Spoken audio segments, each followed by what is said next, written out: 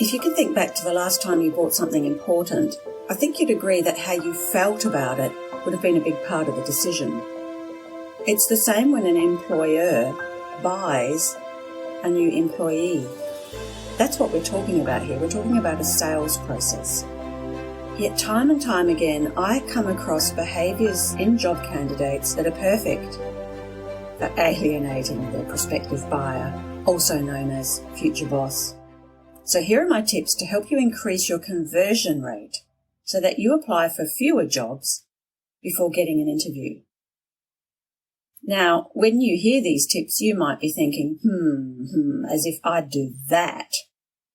I'd love it if this podcast is a total waste of time for you, but it's worth checking. Each tip is brief, so have a listen to make sure that you don't fall into any of these traps. By the way, tip number 10 is a true story that happened to me.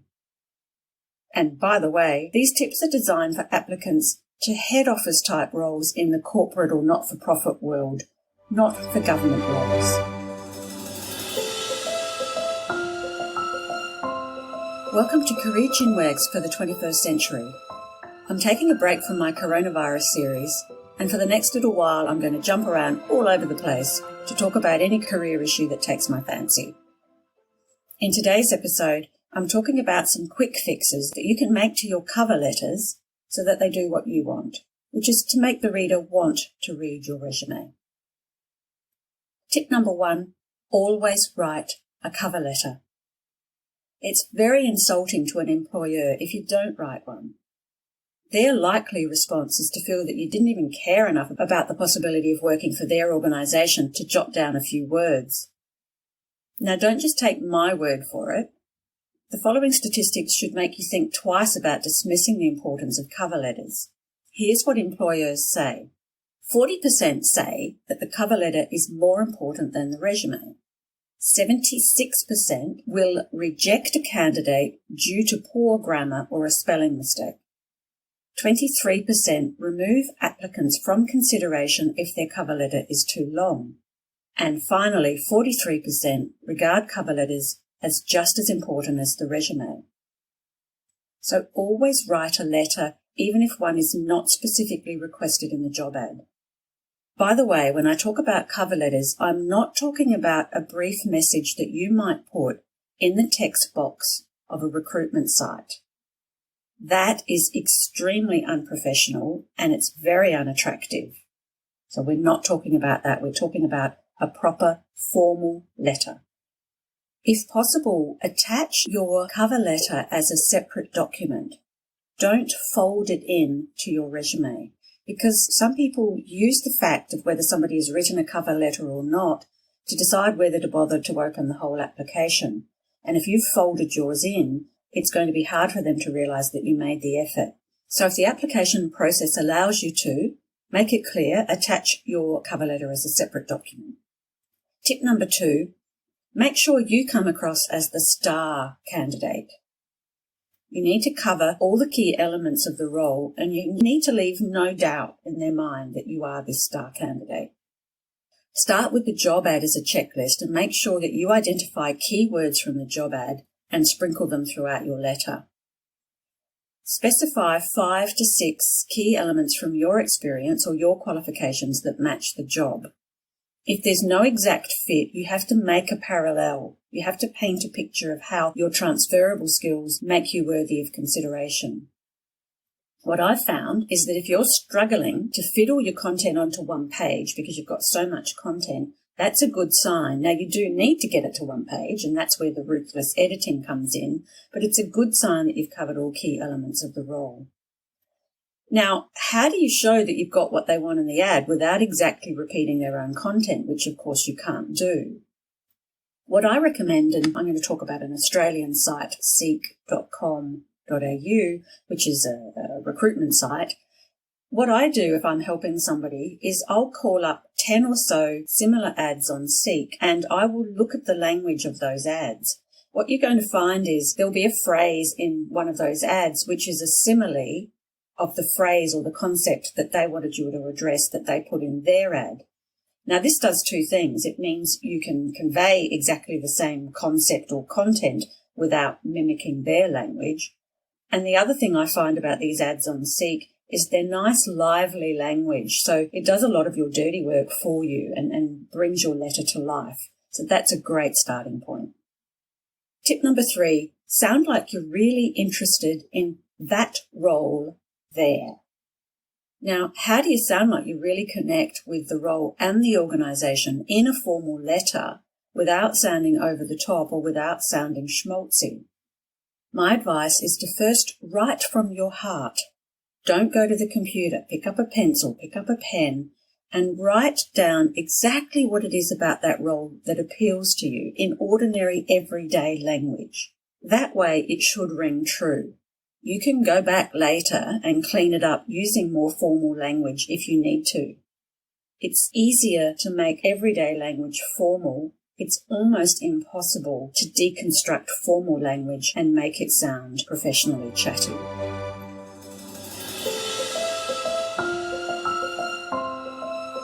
Okay, so these 3 tips are more big picture issues. I now want to move across to more practical matters. Tip number 4. Don't use semicolons in your letter. Most applicants construct their cover letter to appear as if they're superhuman. And if you think about it, there's nothing appealing about that. Part of your task as an applicant is to make your prospective boss start to like you. I call it passing the aeroplane test, as in, he seems nice, I'd be happy sitting next to him for 5 or so hours on a plane. How can I like you if you show off with semicolons? It actually makes you look very stiff and, dare I say, overly pedantic. When you litter your cover letter with them, you're sending a subtext that could well be read as, I'm a punctuation guru and you'll never match my skills. Do you really want to send this message to your prospective boss? Of course, match your content to the seniority of the role, but write in a professionally chatty way. Your resume is fiercely formal. What's the point of producing another document that has the same impersonal tone? Take advantage of the fact that a letter should have a certain warmth about it and convey another aspect of your personality that is separate to your LinkedIn content and to your resume. Tip number 5, address your cover letter to a person. Check the ad properly. If you're specifically asked to address a person, do so. Sometimes it can be hard to find the name of the person to whom you need to address your cover letter. In this instance, you're left with the choice of either Dear Sir, Madam, which is probably better than the second choice, which is to whom it may concern. Neither choice is particularly nice. So if you're given the name of the organisation but not the person, make the effort to phone and find out the name. It's a small touch, but it will set you apart from other applicants.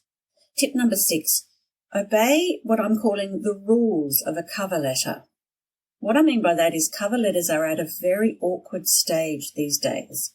Some of the old formalities have totally gone, and you need to be careful not to have them in your letter, or else it looks like something from the 1940s. However, other vestiges of the cover letter are still there, and can be very difficult to know which elements to drop and which elements to keep. So let's look at a couple of issues that have disappeared. It's no longer appropriate to put your name and address on the top right-hand side of the letter. It's no longer appropriate to put a full stop after words like Mr. or Ms. And when you refer to a date, the style now is to write 18 December 2020, not 18th December or not the 18th of December. Some of the things that still need to be there, you need to finish your letter with yours sincerely. Now, strictly speaking, sometimes depending on how you start your letter, it should be yours truly, but that is one of the phrases that has totally disappeared. It's yours sincerely, not kind regards. You still need, on the top left-hand part of the letter, to put the name and address details of the person you're writing to. Though these days it is quite acceptable to put an email address instead of a street address. Now, if you haven't kept up to date with the current norms of a business letter, I think you're going to have to Google it. But just make sure that the advice you're reading is relevant to your culture. because some societies are more formal than others. Tip number 7, find a believable reason if you're trading down. Don't apply if you're a senior manager with an MBA and the role is more junior. Most employers will struggle to believe that a former manager would be willing to accept a more junior role. Now, if you really do want to trade down, here's what you can do. Firstly, you can take your qualifications out of your letter and out of your resume. Or you can make your case in the cover letter to convince the person as to why you're trading down. Or finally, you can phone the employer to convince him or her that you really are at a different stage of your career. Tip number 8, highlight common text in your letter so that you don't send the wrong letter to the wrong person. What will happen with most people is they'll use a base cover letter as a pro forma for different job applications, and that's perfectly fine. But it'll be obvious to all of the readers if you don't change details that are specific to one letter when you write the next letter. So yes, of course, you should be proofreading your letter very carefully, but it's much easier to highlight common sections of your letter in the first place so that no possible error can occur. So typical places you would do this would be date, name of the organisation, job title that you're applying for. Bright pink, bright orange. Next time you open up that pro forma, you'll notice that that's an area you need to change. Tip number 9, be precise, keep your paragraphs short, and keep your letter to one page only. When you're referring to a job, be precise. Avoid vague phrases like in a recent role. You need to use the exact title and the exact organisation you were at if you're referring to something you did in a job. Make sure that the recipient's name and title are correct. Check that you've included the exact spelling of the organisation's name. In relation to length of paragraphs, there's a rule of thumb that our attention spans now are so short that no one will read a paragraph that's longer than 2 2/3 lines long. Now, you can stretch that a little bit in a cover letter, but really your paragraphs should be no more than 5 lines. Otherwise, people just won't read it. It is acceptable to use bullets to break up blocks of heavy text, but if you are going to use bullets, you don't want more than 7, and you need to have space between each bullet so that it's easy to read. For the private sector, the expected length is 1 page. But when I say 1 page, you can't cheat. You can't have a tiny font with no margins and long paragraphs. Your document still needs to be attractive to read. So within the constraints of an attractive document, it's actually good for you. It turns into a case of less is more, that really no one is going to read more than a page. It is your job to convey everything it is you want to convey in that 1 page without cheating when it comes to layout. My final tip, remember this is the one that I said has actually happened to me. Don't apply for a serious job if your name is Princess. One of my colleagues told me that a child at her son's creche is called Fairy, and at the risk of being politically incorrect, dare I say, at least I hope it's a girl. So what if your first name is Princess? And that's true. I received an application from somebody called Princess. You might love a name like that. Or you might not want the bother of changing your name if that's your name. Or you might not want to offend your clearly crazy parents. But at least apply using your middle name. Wait until you've met the employer and they love you and offer you the job before you reveal your real name. That way, at least, you stand a chance of serious consideration. So in summary, cover letters, I think, are one of the most difficult documents in the world. I cannot think of another document where you are trying to do so much in so little space. I always dread helping clients to construct one. I give them the theory, they go away and do their draft, and yet it will still take us, often if it's a senior person, it'll still take us an hour sitting there together finalising this first draft. And the only good news is usually once they've got their first draft of their first letter, as I said earlier, they can adapt it and adopt it for future roles.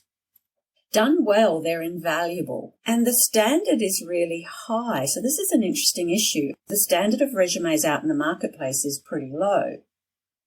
It's different when it comes to cover letters. Every now and again, you'll read a cover letter from somebody who clearly understands how to do it. So it's very important that you make your cover letter one of those cover letters, because you don't know whether your competitors for that particular role happen to be some of those people who understand how to write a really good cover letter. Now, I know some people say they take no notice of them, but as I've mentioned earlier, you get other people who say they're more important than the résumé. The bottom line is you have no idea what the response of the reader will be. So it makes total sense to make sure that both documents, your résumé and your cover letter, are done to the highest standards. It's simple, really. Put yourself in the shoes of your prospective employer. Who are they? What market are they in? What are their values? Where does the role fit in? And then sit down and take a good hard look at your cover letter. Taking into account all of the above, ask yourself, what would you think of your application if you were them? And then make the necessary changes. Here's your chance to start the wow process that I talk about all the time. Wow, he looks great. I can't wait to read his résumé. Towards that process that will lead you down the path of wow cover letter, wow résumé, wow interview performance, wow when can I start? I think this is podcast number 11. I'm not sure about my reviews, but I still don't have a lot of subscribers. So if you do like what you've heard, I would love it if you could share the podcast or leave a review. I'm still doing a podcast every fortnight, and next episode, I'm going to talk to you about the fascinating concept of communication canyons and how they can damage you at work, in everyday work, and of course, in interviews. And of course, I'll talk through how can you overcome these canyons. Remember, if you want to review what we've talked about, the full show notes will be at careerconsult.com.au. There you'll find a lot of backup information that might help you out. I'll repeat that, careerconsult.com.au. And I do a fortnightly mail out. It might be a blog, it might be a video, it might be an infographic. If you're interested, you'll find a sign-up form on the website. Let's finish with my hashtag, why not be happy at work?